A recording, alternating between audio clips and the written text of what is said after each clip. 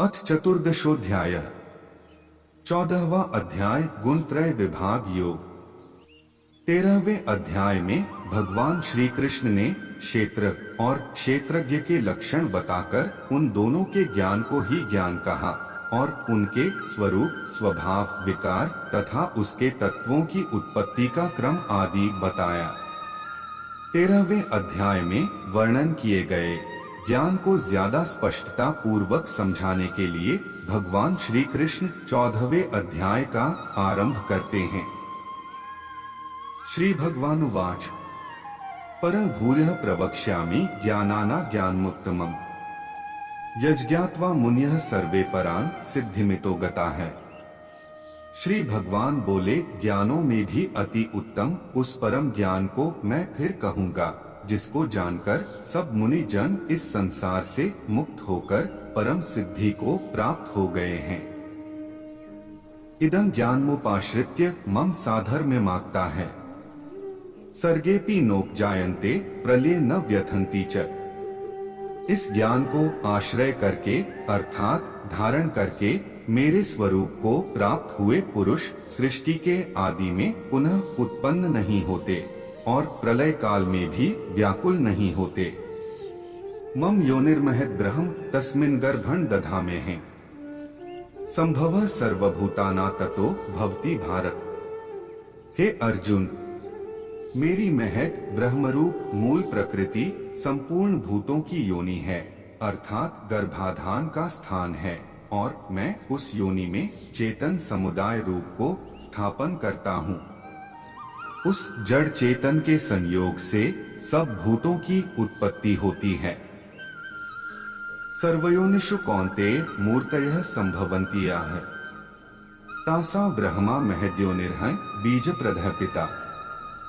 हे अर्जुन, नाना प्रकार की सब योनियों में जितनी मूर्तियां अर्थात शरीरधारी प्राणी उत्पन्न होते हैं, प्रकृति तो उन सब की गर्भ धारण करने वाली माता है और मैं बीज का स्थापन करने वाला पिता हूँ। सत्व रजस्तम इति गुणाः प्रकृति संभवाः निबध्नन्ति महाबाहो देहे देहिनम् व्ययम्। हे अर्जुन, सत्वगुण, रजोगुण और तमोगुण ये प्रकृति से उत्पन्न तीनों गुण अविनाशी जीवात्मा को शरीर में बांधते हैं। तत्र सत्व निर्मलत्वात् प्रकाशकम् नाम्यम् सुख संगेन बध्नाति ज्ञान संगेन चानघ। हे निष्पाप, उन तीनों गुणों में सत्वगुण तो निर्मल होने के कारण प्रकाश करने वाला और विकार रहित है, वह सुख के संबंध से और ज्ञान के संबंध से अर्थात अभिमान से बांधता है। रजो रागात्मकं विद्धि तृष्णा संसमुद्भवम् तन्निबध्नाति कौन्तेय कर्मसंगेन देहिनम् तमस्त्व ज्ञानजं विद्धि मोहन सर्वदेहिना प्रमादालस्य निद्राभिस्तन्निबध्नाति भारत। हे अर्जुन, राग रूप रजोगुण को कामना और आसक्ति से उत्पन्न जानो। वह इस जीवात्मा को कर्मों के और उनके फल के संबंध से बांधता है। सब देहाभिमानियों को मोहित करने वाले तमोगुण को तो अज्ञान से उत्पन्न जानो। वह इस जीवात्मा को प्रमाद, आलस्य और निद्रा के द्वारा बांधता है। सत्वं सुखे संजयति रजः कर्मणि भारत ज्ञानमावृत्य तु तमः प्रमादे संजयत्युत। हे अर्जुन, सत्व गुण सुख में लगाता है और रजोगुण कर्म में तथा तमोगुण तो ज्ञान को ढककर प्रमाद में लगाता है। रजस्तमश्चाभिभूय सत्वं भवति भारत रजः सत्वं तमश्चैव तमः सत्व रजस्तथा। हे अर्जुन, रजोगुण और तमोगुण को दबाकर सत्वगुण, सत्वगुण और तमोगुण को दबाकर रजोगुण, वैसे ही सत्वगुण और रजोगुण को दबाकर तमोगुण होता है अर्थात बढ़ता है। सर्वद्वारेषु देहस्मिन् प्रकाश उपजायते ज्ञान यदा तदा विद्याद्विवृद्धः सत्वमित्युत।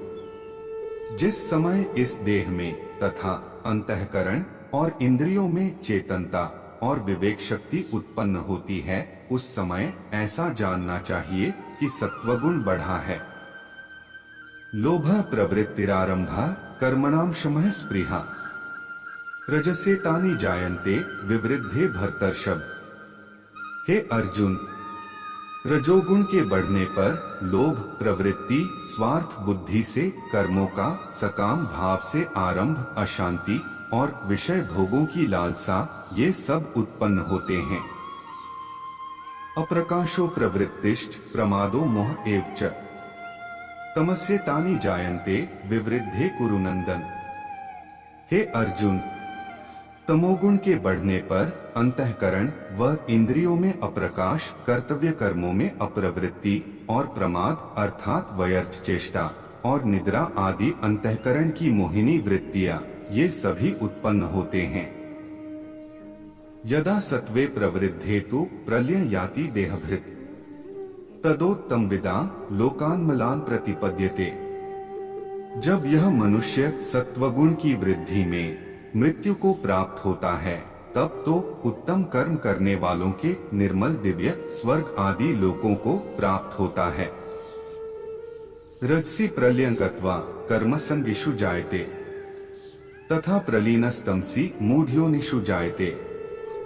रजोगुण के बढ़ने पर मृत्यु को प्राप्त होकर वह कर्मों की आसक्ति वाले मनुष्य में उत्पन्न होता है, तथा तमोगुण के बढ़ने पर मरा हुआ मनुष्य कीट पशु आदि मूढ़ योनियों में उत्पन्न होता है।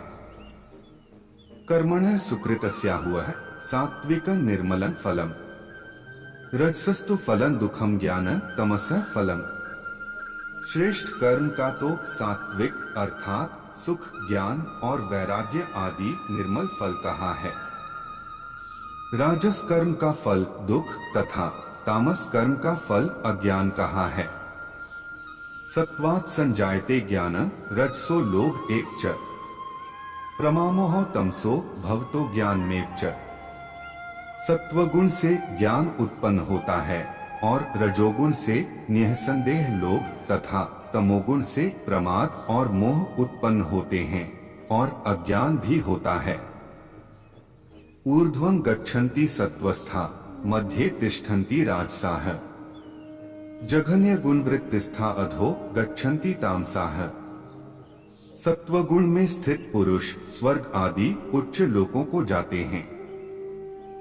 रजोगुण में स्थित राजस पुरुष मध्य में अर्थात मनुष्य लोक में ही रहते हैं और तमोगुण के कार्य रूप निद्रा, प्रमाद और आलस्यादि में स्थित तामस पुरुष अधोगति को अर्थात कीट पशु आदि नीच योनियों को तथा नरकों को प्राप्त होते हैं।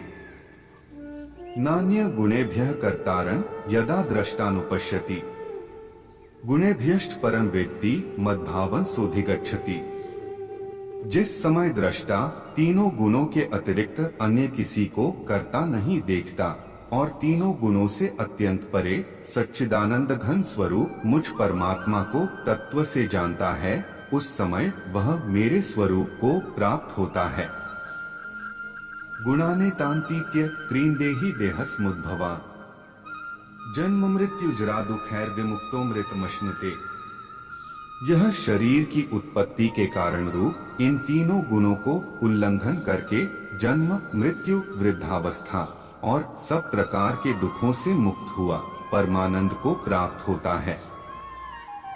अर्जुन उवाच कैर्यगैस्त्रीन् गुणानेतान्तीतो भवति प्रभो किमाचारः कथं चैतान् स्त्रीन् गुणान्ति वर्तते। अर्जुन बोले, इन तीनों गुणों से अतीत पुरुष किन किन लक्षणों से युक्त होता है और किस प्रकार के आचरणों वाला होता है, तथा हे प्रभु मनुष्य किस उपाय से इन तीनों गुणों से अतीत होता है। श्री भगवानुवाच प्रकाशं च प्रवृत्ति च मोहमेव च पांडव न द्वेष्टि संप्रवृत्तानि न निवृत्तानि कांक्षति।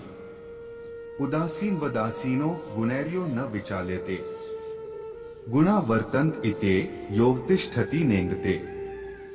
समदुख सुख स्वस्थ समलोष्टाश्म कांचन तुल्य प्रिया प्रियो धीरस्तुल्य निंदात्म संस्तुति मानापमान्योस्तुल्यस्तुल्यो मित्रारिपक्षयो सर्वारंभ परित्यागी गुणातीतः स उच्यते। श्री भगवान बोले, हे अर्जुन, जो पुरुष सत्वगुण के कार्य रूप प्रकाश को और रजोगुण के कार्य रूप प्रवृत्ति को तथा तमोगुण के कार्य रूप मोह को भी न तो प्रवृत्त होने पर उनसे द्वेष करता है और न निवृत्त होने पर उनकी आकांक्षा करता है, जो साक्षी के सदृश स्थित हुआ, गुणों के द्वारा विचलित नहीं किया जा सकता और गुण ही गुणों में बरतते हैं, ऐसा समझता हुआ, जो सच्चिदानंद घन परमात्मा में एक ही भाव से स्थित रहता है और उस स्थिति से कभी विचलित नहीं होता, जो निरंतर आत्म भाव में स्थित दुख सुख को समान समझने वाला, मिट्टी पत्थर और स्वर्ण में समान भाव वाला, ज्ञानी प्रिय तथा अप्रिय को एक समान मानने वाला और अपनी निंदा स्तुति में भी समान भाव वाला है, जो मान और अपमान में सम है, मित्र और वैरी के पक्ष में भी सम है तथा संपूर्ण आरंभों में कर्तापन के अभिमान से रहित है, वह पुरुष गुणातीत कहा जाता है। मां च योग्य भिचारेण भक्ति योगने सेवते स गुणान समति त्यैतान ब्रह्म भूयाय कल्पते। और जो पुरुष अव्यभिचारी भक्ति योग के द्वारा मुझको निरंतर भजता है, वह भी इन तीनों गुणों को भली भांति लांघकर सच्चिदानंद घन ब्रह्मा को प्राप्त होने के लिए योग्य बन जाता है। ब्राह्मणो ही प्रतिष्ठाहम मरितस्याव्ययस्य च शाश्वतस्य च धर्मस्य सुखस्य कांतिकस्य च। क्योंकि उस अविनाशी पर ब्रह्म का और अमृत का तथा नित्य धर्म का और अखंड एकरस आनंद का आश्रय मैं हूँ। ओम तत्सदिति श्रीमद् भगवद गीतासूपनिषत्सु ब्रह्म विद्यायां योगशास्त्रे श्री कृष्णार्जुन संवादे गुणत्रय विभाग योगो नाम चतुर्दशोऽध्यायः। इस प्रकार उपनिषद ब्रह्म विद्या तथा योग शास्त्र रूप श्रीमद् भगवद गीता के श्री कृष्ण अर्जुन संवाद में गुणत्रय विभाग योग नामक 14वां अध्याय संपूर्ण हुआ। दोस्तों, अगर ये वीडियो आपको पसंद आया हो तो कृपया वीडियो को लाइक करें, शेयर करें और चैनल को सब्सक्राइब करें। आपका दिन मंगलमय हो। हरे कृष्णा।